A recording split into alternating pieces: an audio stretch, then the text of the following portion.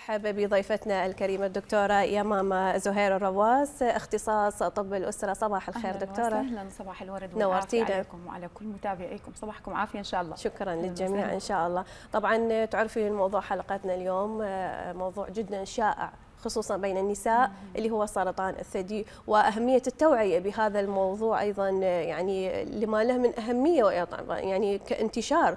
فخلينا نعرف كبداية أكثر العوامل المسببة لسرطان الثدي. طبعا أنا أشكركم شكرا جزيلا على اختيار الموضوع جدا جدا مهم. طبعا إحنا كلنا عندنا أم، عندنا أخت، عندنا بنت، عندنا بعوائلنا نساء.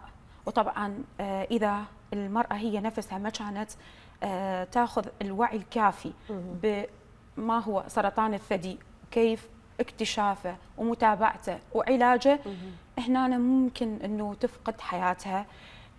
طبعا اذا كانت من ربات البيوت، خلي يكون زوجها يوعيها على هاي الامور، ينتبه على هاي الامور. طبعا من اهم الاسباب اللي ممكن انه تسبب سرطان الثدي بالنسبه للنساء، طبعا اكو تاريخ عائلي، يعني الام امها، بنتها، اختها، خالتها، طبعا هذول الاشخاص المحيطين بها من الدرجه الاولى، القرابه، ذول اذا كانت عندهم حاله سرطان او كانوا مصابين بالسرطان، فممكن كلش وارد نسبة عالية ممكن انه تصاب به. النقطة الثانية طبعا إذا كانت هي سابقا مصابة بالسرطان وتعالجت منه، ممكن انه يرجع، لذلك لازم تكون اكو متابعة دورية لها. يعني اكيد اكو نقطتين مهمة ذكرتيهم، انه راح يكون عندها علم مسبق انه يعني هي تكون معرضة لهذا المرض، خطر هذا المرض، فراح يكون لها مثل يعني شيء وعي توعية. طبعا دكتورة، هو فريق الإعداد محضرين تقرير بخصوص هذا الموضوع، راح نحكي أكثر بخصوص هذا الموضوع، نشوف هذا التقرير ويا حضرتك طبعا، ونرجع مرة ثانية حتى نكمل حوارنا. تمام. شكرا.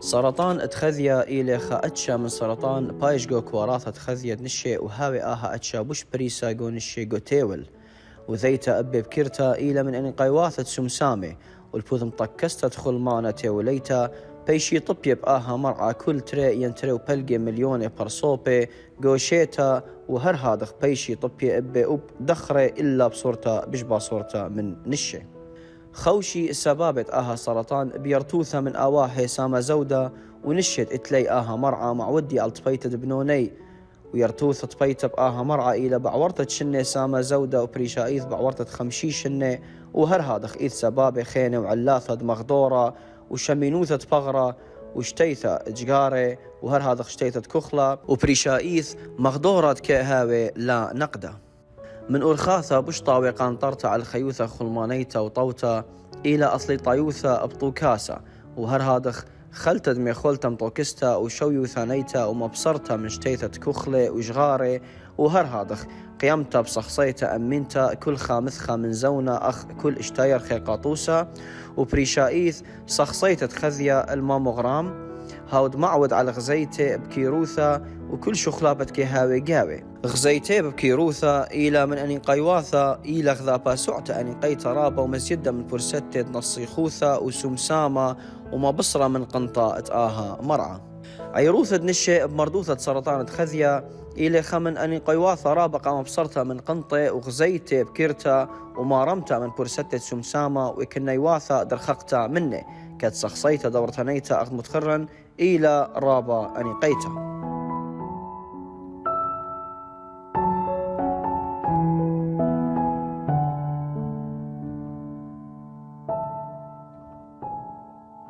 وياكم مرة ثانية مشاهدينا الأحبة حتى نكمل حوارنا ويا الدكتورة يمامة زهير الرواس، اختصاص طب الأسرة. أهلا وسهلا بك مرة ثانية دكتورة. أكيد دكتورة، نرجع نكمل حوارنا. ذكرتي أنه أهم العوامل أحيانا تكون عوامل وراثية طبعا، أو تكون عوامل أنه انصابت بهذا المرض مسبقا وعندها احتمالية أنه تصاب. أكو عوامل أخرى دكتورة؟ طبعا أكو هواية عوامل. البنات طبعا خلينا نحكي في جزئية معينة. انه هو طبعا ثاني مرض سرطان من ناحيه عدد الاصابات به بالعالم، طبعا سرطان الرئه وبعده سرطان الثدي، بس بالنسبه للنساء سرطان الثدي هو السرطان الاول. واحده من كل 8 نساء ممكن ان تصاب به، يعني النسبه كبيره. طبعا من اهم العوامل الثانيه السمنه والتغذيه غير الصحيحه. احنا دائما نشجع النساء، وطبعا حتى بالعياده من يجون المراجعين نحكي انه انتم من تنزلون وزنكم ما راح تنزلوه حتى تاخذون الشكل اللي انتم تريدوه، بس انتم هنا راح تمنعون العديد من الامراض. السمنه هي باب للعديد من الامراض. انا من انزل الوزن هنا راح انزل كل الامراض، بالاضافه راح اقلل فرص اصابتي بالسرطان.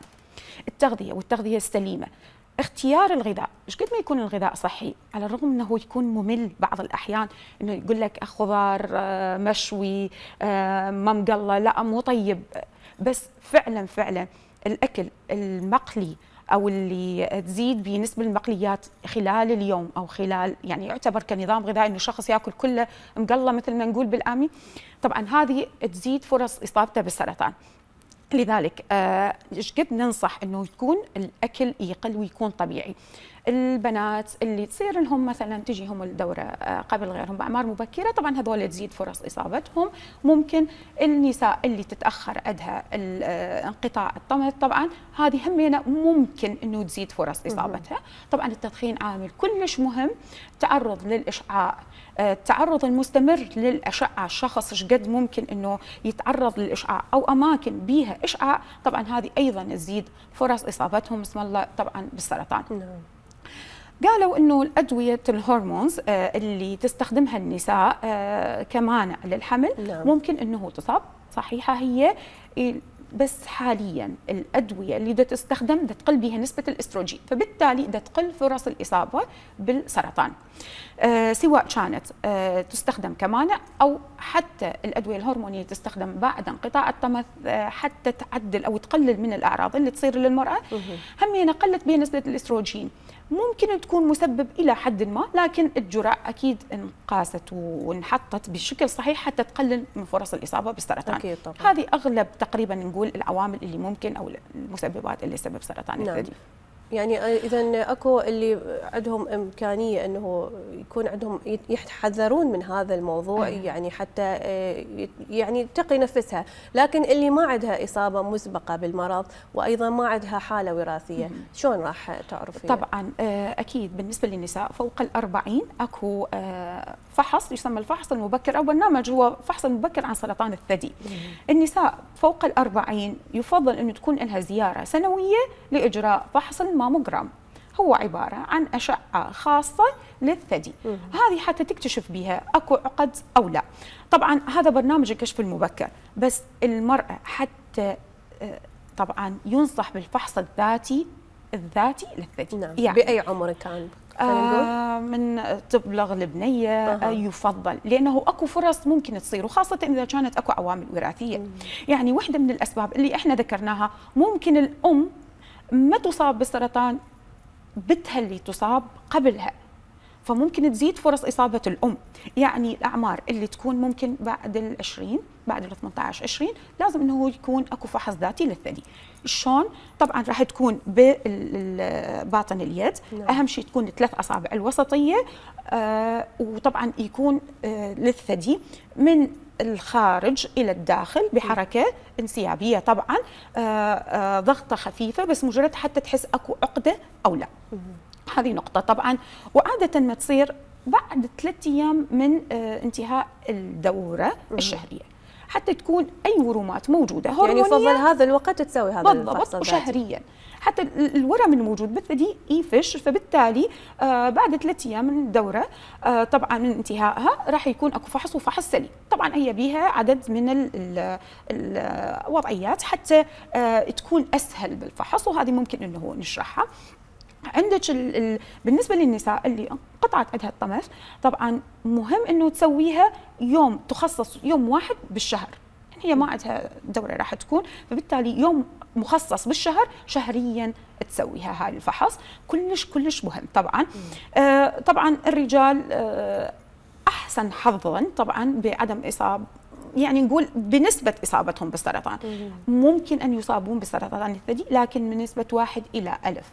لكن يكون الموضوع أخطر لأنه الرجال عادة شايلين من بالهم فكرة أنه يصابون بهذا المرض. فأيضا ممكن أنه حتى العامل الوراثي ما يأثر. طبعا العامل الوراثي إلى يعني مهم جدا أكيد، والتدخين وتعرض للإشعاع، حتى شرب الكحول بنسب كبيرة. طبعا هذه أيضا ممكن يكون واحد من العوامل اللي ممكن أصلا أنه يسببها. فهذه النقاط نقدر نقول هي اللي طبعا أنا طبعا أريد وأنا كلش طبعا فرحت بجيتي هنا أو وجودي بيناتكم ونحكي بهذا الموضوع بالذات. أنا طبعا والدتي كانت مصابة بالسرطان قبل 3 سنين. نعم. عقدة بسيطة صغيرة على الرغم أنه إحنا يعني نقول من عوائل طبية. عقدة بسيطة تهاملتها لمدة 3 أشهر. زين. طبعا أنا من عرفت لا أخذت الإجراء الصحيح، وديتها، سوينا الماموجرام، الفحص ورا ما فحصتها أني هي شيكة نفسها، حست بس خافت. شوفي إحنا عندنا مجتمعاتنا عادة النساء لو تستحي، لو تخاف، نعم. لو تقول لك ما يخالف، الشهر اللاخ الشهر اللاخ الشهر اللاخ، تتهاون بصحتها. نعم. متناسية إنه هي الأساس بكل أسرة. أكيد فعلا. الأسرة هي نفسها تتفلش إذا الأم توفت، أكيد. فقدت حياتها. فصارت إنه وديناها تحاليل، ما شلنا العقدة، تأكدنا إنه اسم الله إن شاء الله سرطان، وإحنا بمتابعة دورية. فتخيلي اللي صار. طبعا السرطان ممكن وشلنا استأصلنا الثدي، هسه نحكي إحنا عن طرق العلاج. اللي صار بعدها انتشر السرطان وتحول كل انحاء الجسم. نعم. شقد كنا احنا حذرين، شقد كنا نتابع فعلا. بس اسم الله طبعا، اسم الله عن الكل اللي دا يسمع البرنامج، طبعا هي توفت. يعني احسن العلاجات. نعم. احسنهم. لذلك انا يعني اتمنى انه النساء اللي دا تسمعنا تاخذ الموضوع أكيد. جدي. أكيد فعلا. طبعا بالنسبه لسرطان الثدي طبعا هو مثل ما حكينا اهم شيء يكون الفحص الذاتي شهريا ودوريا. النساء بعد ال40 اكو برنامج خاص. نعم. طبعا سنويا تسوى لها اشعه الماموجرام. فيعني هاي الامور جدا مهمه، تحافظ على جسمها ورشاقتها حتى تقلل فرص اصابتها. نعم. بالسرطان. فعلا يعني احنا عندنا ممكن اغلبيه النساء ما يهتموا بهذا الموضوع، وخصوصا من ناحيه التغذيه. ذكرتي يعني كاسره نعتمد دائما على الاطعمه اللي تكون المقليه، هذه الامور اللي تحتوي على هذه الزيوت المهدرجه، كل هاي الامور الغير الصحيه. ايضا خلينا نقول قله الحركه لدى النساء، خصوصا ربات البيوت، يعني قله الحركه عندهم. فكل هذه الامور ممكن تاثر طبعا مثل ما ذكرتي. المشروبات الغازيه، الاكل المعلب، الاكل ودائما نقول الفاست فود، يعني هو مو بس حيزيد سعرات وانما راح تكون احنا ما نعرف طريقه قليل المواد، فبالتالي ممكن تكون مسرطنه. الالوان والاصباغ، السكريات بنسب عاليه. نعم. تشوفين اغلب العوائل تاكل هاي الحلويات بكل انواعها. هو السكر المسبب الرئيسي لكل انواع السرطان يعني. بالفعل. نعم. طيب يعني راح نصير اكو تشخيص يعني للمرض. بعد التشخيص شنو الاجراءات اللي راح تسويها يعني طبعاً المريضه؟ عاده المريضه بعد اكتشافها لعقده صغيره، خلينا نحكي بالاعراض اللي ممكن المراه عن طريقها يعني يشتعل الضوء الاحمر وتقول لا انا خلاص لازم اخذ الاجراء الصحيح، لازم ابلش اروح على مركز خاص او طبيب اختصاص. طبعا اطباء الاختصاص اللي ممكن انه يساعدوا بهاي النقطه طبيب الاسره، نعم. طبيب النسائيه، وطبيب الجراحه. هذول الاطباء اذا يعني لا قدر الله اكتشفت اكو حاله عندها من هاي الاعراض اللي احنا راح نحكيها، هذول الاطباء اللي ممكن انه يساعدوها. نعم. بالاجراء الاولي. طبعا اهم الاعراض راح تحس بوجود عقده، وهاي العقده حتى وان كانت صغيره لا تحملها. نعم. عقده بالثدي او عقده بتحت الابط، ممكن يكون احنا طبعا نسميه تورم بالثدي، احمرار الثدي. نعم. ممكن يكون التهابي او ممكن يكون سرطاني. نعم. طبعا الحلمه اذا كانت احنا نسميها ريتراكتد نيبل، يعني مسحوبه الى الداخل. نعم. وحاله حديثه، هذه حاله ممكن تؤدي يعني. بالضبط. وهي حاله يعني صايره حديثه، مو من زمان، من هي مراهقه وظلت واستمرت عندها. هذه وحده نقطه مهمه. ايضا وجود افراز، وهذا الافراز طبعا افراز دموي. عادة الافراز الدموي او افراز يعني لازم تاخذ الاجراء وبسرعه. الشكل الثدي ممكن انه يتغير، تشوف واحد اصغر من الثاني، صحيح. تشوف ممكن حتى الجلد المحيط به احنا نسميه بودرنج ابييرنس، يعني شكل البرتقاله مكرمش باماكن داخله. طبعا هي هذه يعني مراحل متقدمه، بس للاسف شفنا هواي نساء تتهاون بالاشياء البسيطه، من كانت عقده بسيطه، صحيح. من كانت عقده تحت الثدي. المشكله اللي هاي العقد الموجوده تكون غير مؤلمه. عاده احنا من نتالم نروح للطبيب. يعني هذا التخوف شلون نشيله من المريضه مثلا اللي مثلا خلينا نقول حست بوجود عقده او شيء، بس راح تتخوف تقول لا انا اطمن نفسي ما راح اروح، يعني ليش ما اتوهوس هذه الامور؟ كبر الموضوع، يعني هو ايضا مرتبط بحاله صح نفسيه يعني، صح. ايضا شلون ممكن الواحد يعني فعلا يعني كلام صحيح، وانا حكيت لك اياها. يعني وحده من النساء كانت والدتي يعني 3 اشهر 4 اشهر هي راح يروح شهر الجاي ماكو شيء، لا يظل بالكم اني زينه، اني دا اتحرك، اني دا اكل، دا اشرب، لو سرطان كان اني هسه ضعفت، كان اني هسه قلت شهيتي، كان بس اللي يصير انه هاي العقد بالبدايه تكون ما تاثر على الشخص، لا تقلل من الحركه، لا تقلل من الشهيه، لا تنزل الوزن. بالشويه من تكون مراحل متطوره او متقدمه اكثر، من يكون حجمها اكبر تبلش انه الشخص لا يحس بتعب، يحس بعدم شهيه، يحس بنزول بالوزن. طبعا حتى وان كانت هاي العقد طبعا هي بعد التشخيص، احنا حكينا هاي اهم الاعراض اللي الاشخاص ممكن انه النساء ممكن يشوفوها تستدل عليها. طبعا حتى العقد تحت الابط لا تستهان بها. طبعا الفاصل أكيد. والشخص اللي ممكن انه يقول لها انه هذا سرطان او هذا مو سرطان، هذا التهاب بسيط، هذا لا يظل بالج، هو الطبيب. طبعا بعد عن طريق الفحص، لانه هو يكون عنده الامكانيه انه يعرف نتيجه للحالات والخبره اللي هو اصلا شايفها، بالتالي يقدر ممكن الى حد ما انه يشخص هذا سرطاني او غير سرطاني. بعدها طبعا اكيد راح تكون عن طريق السونار، الماموجرام، الاجراءات والتحاليل الاضافيه الاخرى اللي على اساسها راح يبلش انه هذا سرطان او مو سرطان. احنا خلاص هذا يطمن المريض لا، او يقول له لا لازم نبلش احنا نشيل العقده، لازم ممكن انه عقدتين نحتاج نستأصل الثدي او لا. طبعا اني اللي اريد يعني حتى وان كانت استئصال العقده او الثدي ممكن انه ياثر، تعرفين مركز جمال المرأة هي الثدي، فبالتالي حتى احنا نعالج الامور نفسيا، فيقول لك انه اشيل جزء بسيط من عنده او اشيله ممكن ياثر على نفسيتها، لا فعلا. اوكي شيله، هي صحتها اهم، هي حياتها اهم، عندها يعني هي لها الاستحقاق انه تعيش، لها استحقاق انه تكون على راس اولادها. هي بعد ذلك راح يصير تحدي لها، لا تكون اكثر قوه يعني، اكثر بالضبط. توقف ضد هذا الموضوع يعني. بالضبط، لا تيأس ولا تقول خلاص انا حياتي انتهت، لا لا ابد. هوايه شفنا واحده من كان بالتقرير شفنا المراه اللي كانت بدها تحلق شعرها، طبعا لانه هو نتيجه للعلاجات الكيميائيه والاشعاعيه، صحيح. طبعا راح يبلش انه يتساقط الشعر، فكاجراء يسوون انه يوقع الشعر، وهذا من شيء ممكن فتره يأثر مؤقته خلينا نقول يعني. بالضبط. يعني ان شاء الله حيكون شفاء بعدها. بالضبط. وابد لا تتهاون ولا تقول اني اخذت العلاج، اني استأصلت الثدي، اني دا اخذ علاجاتي لفتره من الفترات راح تمل من علاج الاشعاع او الكيميائي، بس وهي وصلت الى مرحله دا تاكل دا تشرب ووزنها تحسن، شعرها طلع، تحسنت نفسيتها وكل هاي الامور، خلاص انا ما راح احتاج بعد الاشعاع ولا الكيميائي، اموري تحسنت او العلاج الهرموني. لا، استمري عليه.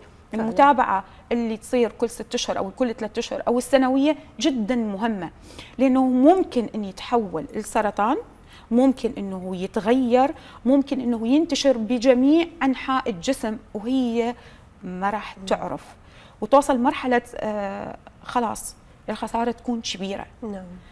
فيعني هي هاي النقاط جدا جدا مهمه، فابد لا تيأس حتى وان كانت عقده. هي المشكله السرطان انه تكون العقد غير مؤلمه، وهي هذه نعم، بس اكو اعراض ذكرتيها هي تكون واضحه، راح واضحة. تعرفها يعني ما حتى وإن كانت عقدة بسيطة تشيك طبعا بالفحص الذاتي الشهريا يجب أن يعني نسوي. طبعا الحمد لله احنا هسه اغلب نسائنا مثقفات وعندهم الموبايل والسوشيال ميديا، ممكن انه تكتب شلون طريقه اجراء فحص الثدي، يعني تاخذ المعلومه او طريقه الفحص وتعلم بناتها ايضا يعني بالضبط لانه هي امانه موضوع جدا مهم. نعم. طيب يعني راح يكون اكو تحديات ممكن تواجه النساء في تلقي العلاج؟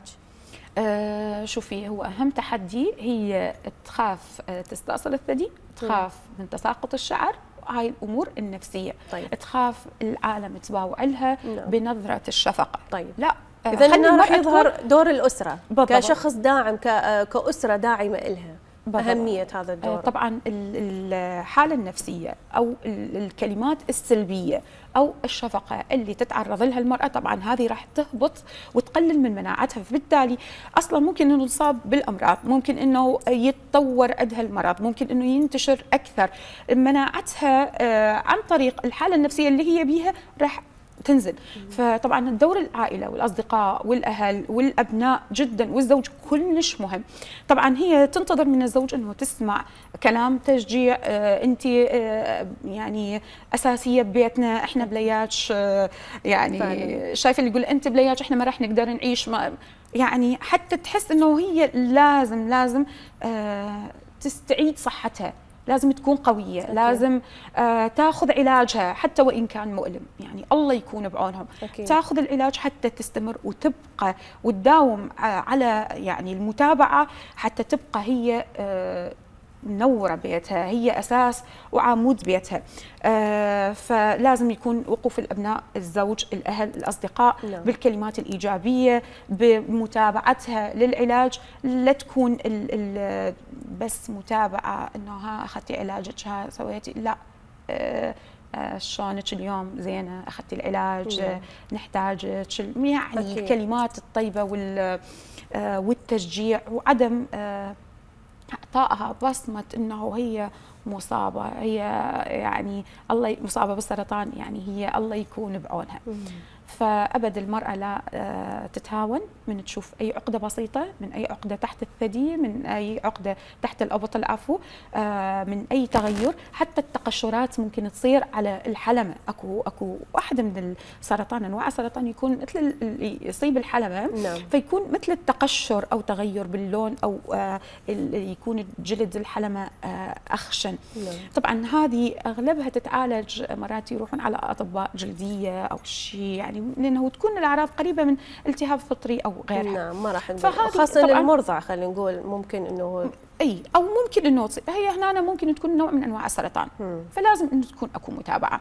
طبعا الرضاعه، انا اشكرك نبهتين على النقطه. نعم. احنا الرضاعه الطبيعيه جدا جدا جدا مهمه، جدا جدا جدا مهمه لصحه الام. طبعا يعني احنا نعرف صحة الطفل أكيد، لكن للأم من هذه الناحية تقلل فرص إصابتها أيضا بسرطان اللي احنا نسميه داكتال كارسينوما، اللي هي سرطان بالقنوات الحليب. نعم. فهذه جدا مهمة، فدائما نشجع عليها صحة لها وصحة للطفل. نعم. طيب تشاهدين أو رصد لحضرتك كدكتورة أنه أكو تطور في هذا الوعي المجتمعي حول هذا الموضوع؟ احنا طبعا شهر أكتوبر شهر عالمي. نعم. يصير به توعية عالمية، وبالعراق أيضا التوعية على قدم وساق.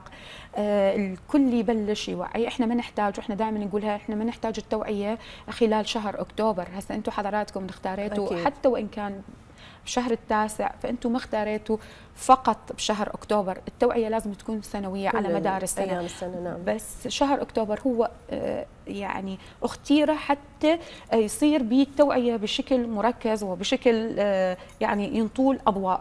نعم. لأنه مرات يعني يتناسى هذا الموضوع. فهو شهر أكتوبر دائما تشوفين الكل لابس باجات، الكل يصير التوعية عليه على سرطان الثدي. طبعا أكو مراكز خاصة. السيدة عندما تتابع او تشوف انه اكو عقده تبلش راسا تروح لاقرب مركز صحي، راح يحيلوها الى اقرب مركز كشف مبكر عن سرطان الثدي، وتبلش اكو طبيب اختصاص، اكو يعني اجهزه سواء كانت الماموجرام سواء كان السونار وغيرها، راح يدخلوها ببرنامج خاص حتى تصير متابعه دوريه او اجراء طبي اساسي. فهو شهر اكتوبر دائما تشوفون هسه ان شاء الله يعني خلال هذا الشهر راح تكون عليه التوعيه بكل المراكز الصحيه، بكل المؤسسات، بكل مراكز الكشف المبكر.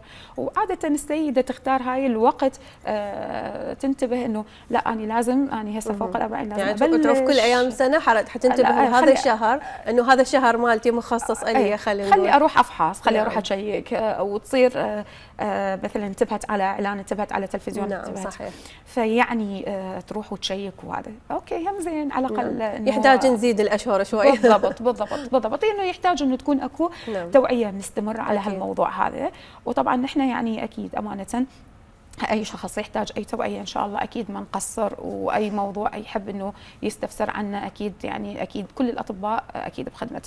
كطبيبه اختصاص طب اسره، شنو نصيحتك اذا للمريضات اللي يجوك، وايضا نصيحتك للمشاهدات؟ احنا دائما نحكي ونقول تنزيل الوزن، نزل وزنك بصوره صحيحه، اعتمد على الغذاء الصحي، خلي يكون اكو خضار، خلي يكون اكو فواكه، ابتعد عن السكريات والمشروبات الغازيه والاكل المقلى، لأنه السمنة أمانة باب من أبواب الأمراض لكل الأمراض. حتى السمنة بالنسبة للنساء كبيرات العمر كلش ممكن أنه يسبب السرطان، بالإضافة إلى أي عقدة. لازم يكون أكو الفحص الدوري، ولازم تشيك السيدة دوريا شهريا الثدي. وبعدها طبعا إذا شافت أي شيء إلا تتهاون لازم تروح الأقرب مركز صحي أو كشف مبكر، أو يعني مركز كشف مبكر عن سرطان الثدي. نعم. لا تخاف، أكيد هي جدا صحتها مهمة. أكيد يعني إحنا بالنهاية نتمنى الصحة والعافية للجميع. إن شاء الله. أكيد إن شاء الله. خلال هذا الشهر حيكون شهر التوعية مثل ما ذكرنا، وإن شاء الله يكون يعني رسالة لكل السيدات والآنسات حتى يتوجهون إلى الأقرب المراكز الصحية المتوفرة أكيد لإجراء كل الفحوصات اللازمة حتى نقضي على هذا المرض. وأكيد احنا نوجه رسالة للسيدات والآنسات من خلال يعني كل برامجنا حتى يكون عندهم هذا الوعي للوقوف ومحاربة هذا المرض. أكيد إن شاء الله. احنا يعني كلش سعداء بوجودك ويانا دكتورة، وشكرا على هذه النصائح القيمة اللي وجهتيها الله لنا. يسلمك. أنا أشكركم طبعا، وأشكر قناتكم لاستضافتي أكيد وطرقكم من هذا الموضوع. أكيد تشرفنا الله يشافي بحضرتك ويعافي كل المصابين والمصابات طبعا أكيد، وأيضا يحفظ الجميع من هذا المرض إن شاء الله يا رب. أكيد إن شاء الله. إن شاء الله.